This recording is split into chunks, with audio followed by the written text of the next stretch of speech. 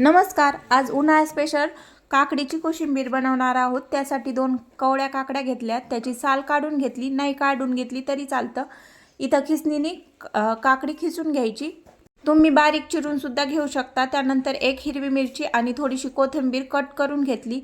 लगेच कट करून घेतलेली हिरवी मिरची आणि कोथिंबीर टाकून घेतली. त्यानंतर शेंगदाण्याचा असा जाडसर कूट करून घेतलेला आहे. 2 चमचे शेंगदाण्याचा कूट टाकला. त्यानंतर चवीनुसार सेंद्र मीठ टाकलं, साधं वापरलं तरी चालू शकतं.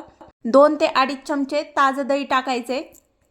ताज्या दह्याने कोशिंबिरीला छान अशी चव येते. त्यानंतर आपल्याला छान असं मिक्स करून घ्यायचं. नंतर पळीमध्ये चमचाभर तेल टाकले. तेल छान कडक झालं की गॅस बंद करायचा. नंतर आपल्याला 1 चमचा मोहरी, थोडीशी जिरे, हिंग, कढीपत्ता ह्याची कडक फोडणी ह्या काकडीच्या कोशिंबीरीवर टाकून घ्यायची आणि छान मिक्स करून घ्यायचं.